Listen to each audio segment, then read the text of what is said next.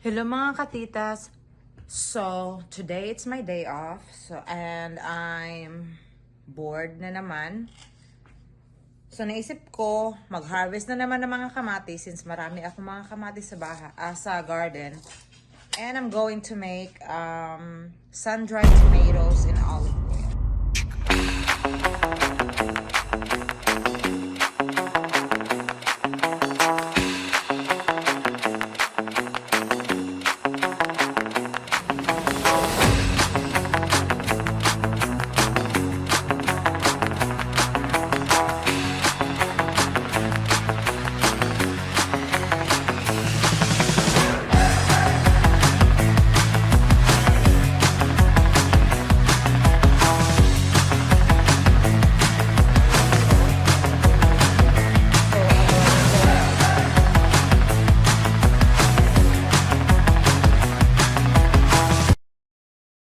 Ayan siya. I harvested all the tomatoes. Ayan. Ang dami pa. Diyos ko, ang dami pa. Mga hilaw pa yung iba. So, ayan. Let's just wash all the tomatoes and start slicing. So, ayan na. Our beautiful tomatoes.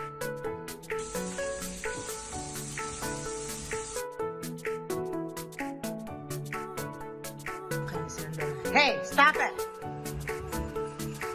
So, ayan na, naka-slice. Ganito lang siya pag-slice. Kasi, if I put it in the dehydrator, mag-shrink yan siya.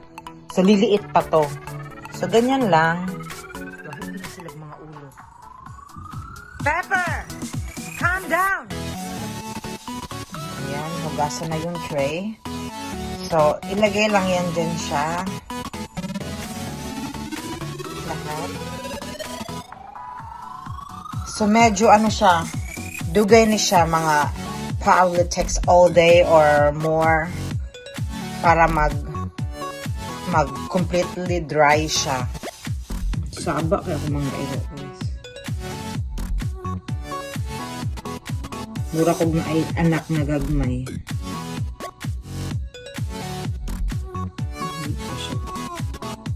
More tomatoes pa.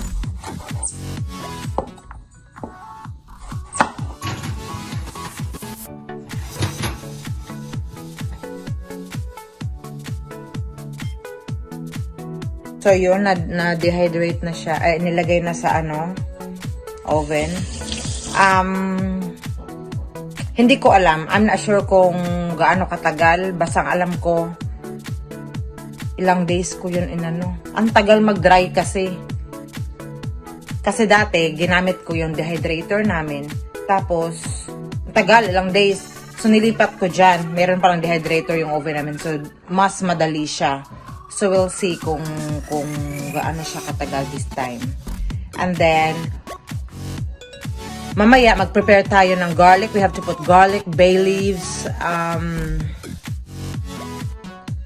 of course, olive oil, whole peppercorn, and salt. So, yun lang ilagay natin. And, matagal-tagal pa naman. So, mamaya na tayo mag-ready. So, moto siya, guys. Check na ko ang oven after 30 minutes.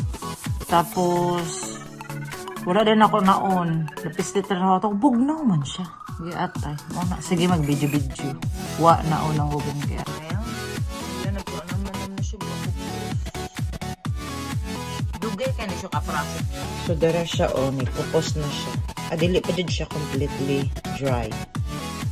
So, 12 hours na siya nakakuan, guys. Pilion lang nako ang mga na-dry na. O, dili pa jud kaya siya umrag basa-basa pa siya gamay. Dapat pinanid siya as in pupos. So, ito na po, guys, yung mga na-sun-dried natin na mga tomatoes. Ayan siya. So, ready na siya ilagay sa sa jar natin. Then, we're gonna need a whole peppercorn, bay leaves, garlic, dried oregano, of course, our extra virgin olive oil, and salt. So, it depends po sa inyo. Some people put garlic, some don't. Some people put bay leaves. you know. So I like to put a lot of stuff in my sun-dried tomato and olive oil. So, yun po ang gagawin natin.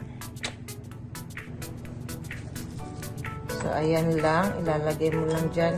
So, I already sterilized all my cups. I wash my hands. Ay.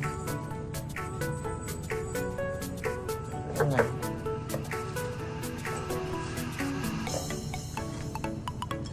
Ay, I think kulang ang jar natin. Ano, it's not even.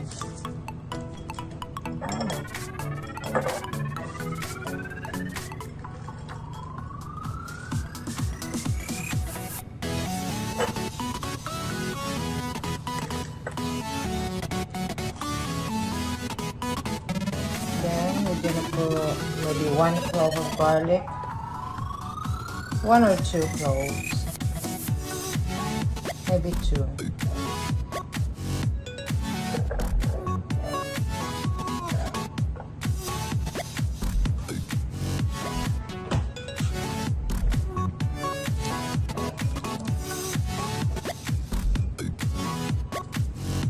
Ay, half lang.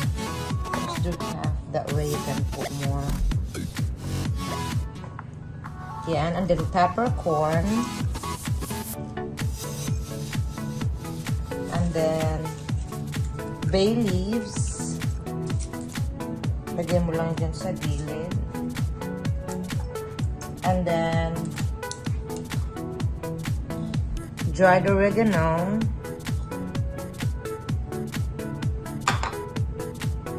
And salt. Yan siya. I just put teaspoon each. And then yan na. Kamahan sa latong uban.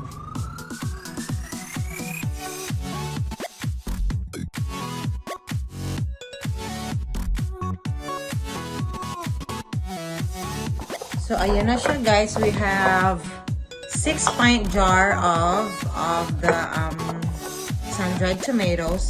So now, there's already bay leaves, garlic, peppercorn, salt, dried oregano in here. So now we are just going to put olive oil. Ay! So dapat i-fill lang siya. Gusto ko siya olive oil, guys. Un man din siya.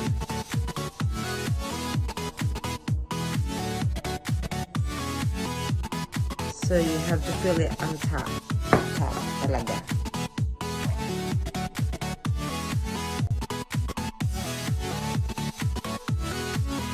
So ayan na siya. It looks pretty. Feel na feel kayo na ko ang fall vibes. Pampatulog po na siya sa mga iro. Ayan na siya.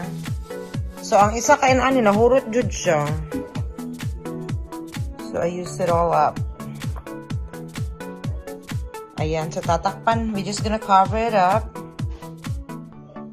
Okay. So, ito na siya. So, we are just going to hot bath these tomatoes for 25, I think, or 30 minutes. 25-30 minutes. So, yun. So, i-flex ko lang yung mga talong ko kahapon. Hindi pa ako tapos. Look at that. I have more tomatoes to can. It's so pretty. I still have a lot in the garden, and this I harvested yesterday. So I'm gonna can this. I'm gonna make tomato sauce again. Look at these beautiful yellow ones. Kani college na siya, daw kayo. So these are my eggplant. I harvested yesterday. So yan siya.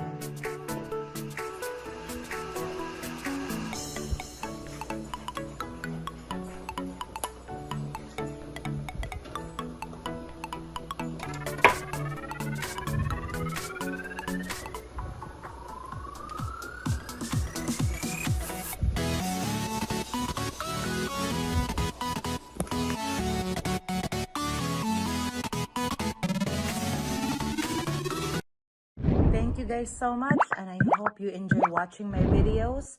And please don't forget to like and subscribe.